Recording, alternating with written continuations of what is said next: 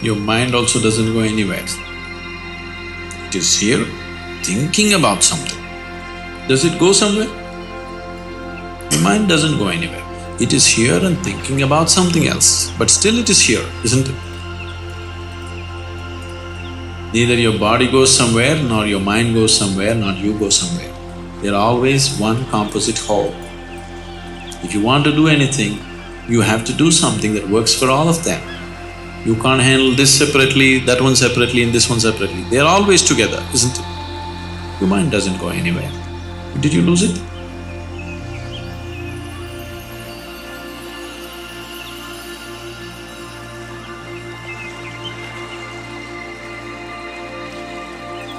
It is just that you're being deceived by the imagination of your mind. It is sitting here and imagining something.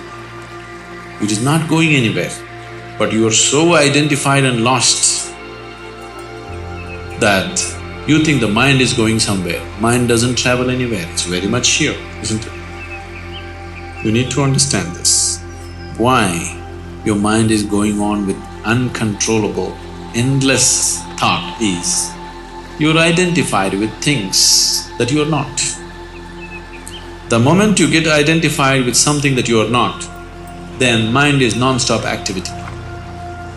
You're identified with too many things and you're trying to stop your mind. I'm telling you, if you try for 1,000,000 years, it's not going to happen. It cannot happen. If you take away your wrong identifications, then you will see this moment, mind will be just like a mirror, not saying anything, just reflecting everything. That's how mind should be. Your mind is a mechanism, works best only when there is clarity in it, isn't it? Isn't it so? Your mind is not here to think up all kinds of fancy things. That's a distraction in life. Your mind is here to give you clarity and penetration into life. But right now, mind is just a huge ball of confusion, simply because you got identified with so many things that you're not, and now you're trying to hold it back. There is no way to hold it back. You ate very bad food. Now there's gas in the stomach. You can't hold it. You've eaten bad food. The consequence is there. You got wrongly identified with too many things. Now this is going on endlessly. You cannot stop it. It doesn't matter what you do. You think of God, God Himself will go to take you to many places. Now you're sitting here and you're trying to meditate, but you're thinking of your bar or restaurant or friend or cinema or something. Now people told you, think about God, everything will be okay. If you think about Rama or Krishna, then you will find you will go to cinema with Rama. That's the nature of the mind. Rama himself will take you to the bar, Rama himself will take you to the restaurant. You can't stop it. Because you've gotten yourself identified with things that you're not. No way to stop it. So what's being done here is not about controlling your mind, to bring an awareness as to what you're not. Right now, to start with, the most fundamental identity is your body. You're identified with your body, the clothes that you wear, your hairstyle, your goatee also, aren't you? Very much identified, isn't it? Your wife, your children, your family, your education, your religion, endless number of identifications. With all these identities, you want a quiet mind? There's no such thing. That's why we gave you a simple device called Shunya, where you create a little distance from the mind. Once distance happens, even if it's a noisy mind, still it doesn't matter. Disengaging from the mind. Once you're disengaged from the mind, you're disengaged from all identity, because it's the mind which manufactures identifications, isn't it? So, don't think of all kinds of things. Just employ the device. Things will happen. Things that you have not imagined will happen. If I ask you, to be intense, you become tense. If I ask you to relax, you become lax. In tension and in laxity, your ability to perceive is greatly reduced, isn't it so? Yes or no? When you're tense, you don't even see things which are right in front of you. When you're lax, also you do not see. But to be intense and relaxed is the way. If you spend little time with a cobra, you will see it is always intense and relaxed. Always. Very intense and relaxed. Only when its life is threatened, it may become little tense.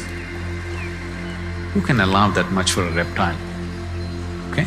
But otherwise, it's very intense and relaxed at the same time. This is the quality of a yogi, intense and relaxed. You got to work at it. When I say you got to work at it, everything that's being taught to you, whatever the practice, however simple it looks, if you give yourself, that's what it is doing to you on one level. The voltage of your energy is slowly being raised. At the same time, it is becoming more and more relaxed within you. Because intensity and relaxation are the most essential qualities for you to be perceptive. Why am I going on talking about perception? Is only what you perceive you know, rest is all nonsense. You can believe this and that, but essentially only what you perceive you know. Yes? Well, at least you should know when you're getting into trouble. Yes? Most people do not know. Most people do not know when they're getting into trouble. They think only life situations are trouble. Life situations are situations. Some we know how to handle, some we do not know how to handle, some we handle well, some we handle in a ham-handed way, something we do. But if you do not know how to handle this and this, you are in real trouble. But most people don't get it. It happened. A missionary went to a very remote part of Africa 3 centuries ago. So he was surrounded by a very violent-looking cannibal tribe. Then he went down on his knees, looked up and said, "Dear God, I am in trouble." Nothing happened. Then he said, "God, I came on your work and I'm in real trouble, you're doing nothing."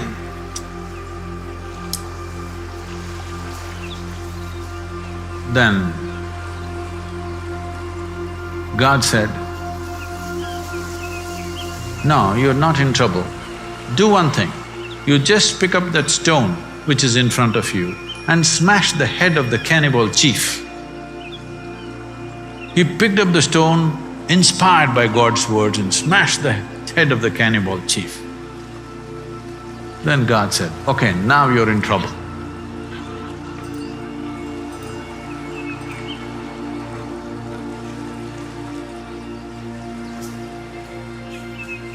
Something happened, something did not happen in your life, that's not trouble. When you don't know what's happening within you, you are in real trouble. Lifetimes of trouble, believe me.